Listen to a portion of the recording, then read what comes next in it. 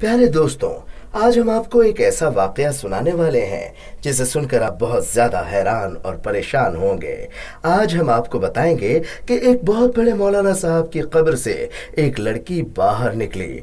दोस्तों, ये कैसे मुमकिन है और ऐसा क्यों हो सकता है? मौलाना की कब्र से लड़की क्यों निकली, इसके बारे में बात करेंगे।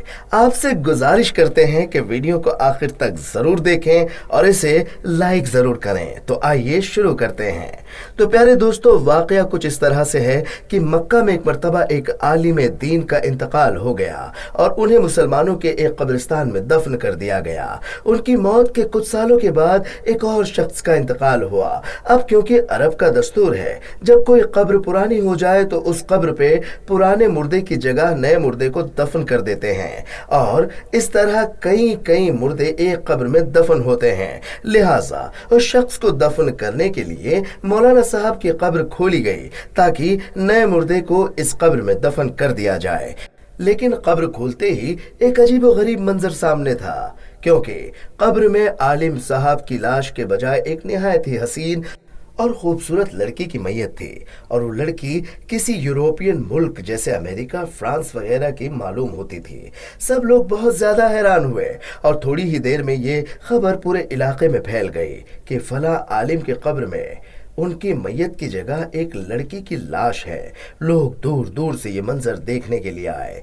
दोस्तों, जब ये खबर फैलने लगी कि आलिम साहब की कब्र से लड़की निकली है तो आसपास के लोग वहां पर जमा होने लगे।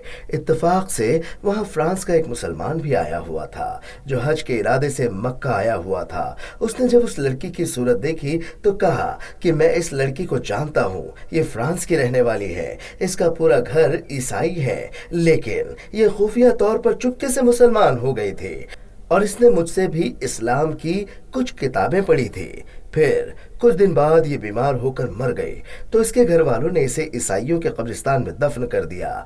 और अब अजीब बात यह है कि इसकी कब्र मक्का में पहुंच गई है। लोगों ने कहा कि इस लड़की की मैयत यहाँ होने की वजह यह हो सकती है कि ये नेक और मुसलमान थी, लेकिन फिर आलिम साहब की मैयत कहाँ गई, उनकी लाश कहाँ गई? किसी ने कहा कि हो सकता है कि उनकी लाश उस लड़की की कब्र में चली गई हो।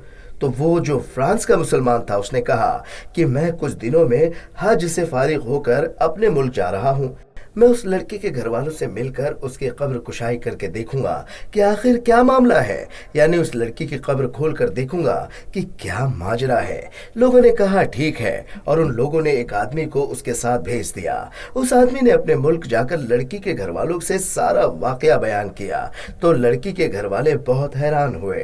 चुनांचे उन्होंने लड़की की कब्र खोली तो लड़की के ताबूत में उस आलिम साहब की मैयत थी जो मक्का में दफन हुए थे।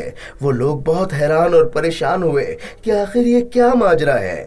जब ये खबर मक्का पहुंची कि उन आलिम साहब की लाश ईसाइयों के कब्रिस्तान में है तो सबको बहुत हैरानी हुई कि लड़की का मक्के में होना तो उसके मुसलमान होने की और नेक होने की वजह से है, लेकिन आलिम साहब से ऐसा क्या गुनाह हो गया था जिसकी वजह से उन्हें ईसाइयों के कब्रिस्तान में पहुंचा दिया गया। चुनांचे उसकी बीवी से पूछा गया कि तेरे शौहर में ऐसी कौन सी बात थी जो उसके साथ ये मामला पेश आया। उसकी बीवी ने कहा कि मेरा शौहर तो बड़ा नेक और नमाजी इंसान था, तहज्जुद गुजार था और कुरान पढ़ने वाला था। लोगों ने कहा कि सोच कर बताओ, आखिर कोई तो ऐसी बात होगी जिसकी वजह से इतना सब कुछ हो गया। बीवी ने गौर करके कहा कि उसकी एक बात मुझे हमेशा खटकती थी कि जब भी उस पर गुस्ले जनाबत वाजिब होता था तो वो नहाने से पहले कहता था, ईसाइयों के मजहब में ये बात बहुत अच्छी है कि उन पर गुस्ल वाजिब नहीं है और हमें तो सर्दी में भी नहाना पड़ता है। हो सकता है कि अल्लाह ने उसे उन्हीं के दरमियान पहुंचा दिया हो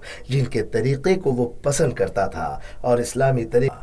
लिहाजा मेरे अजीज दोस्तों, हमें चाहिए कि कुछ भी बोलते वक्त अपने अल्फाज पर मुकम्मल कंट्रोल रखें। हजरत मौला अली फरमाते हैं कि बोलने से पहले अल्फाज इंसान के गुलाम होते हैं, लेकिन बोलने के बाद इंसान अल्फाज का गुलाम बन जाता है। हजरत अली फरमाते हैं कि मुंह एक दुकान है और जबान उसका ताला।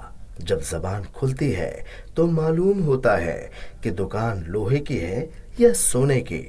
दोस्तों, ہو سکتا ہے کہ ہمارا غیر ذمہ دارانہ طریقے سے بولا ہوا ایک لفظ ہمیں کہاں سے کہاں پہنچا دے۔ اللہ پاک سے دعا ہے کہ اللہ عمل کرنے کی توفیق عطا فرمائے۔ آمین۔ اللہم ربنا آمین۔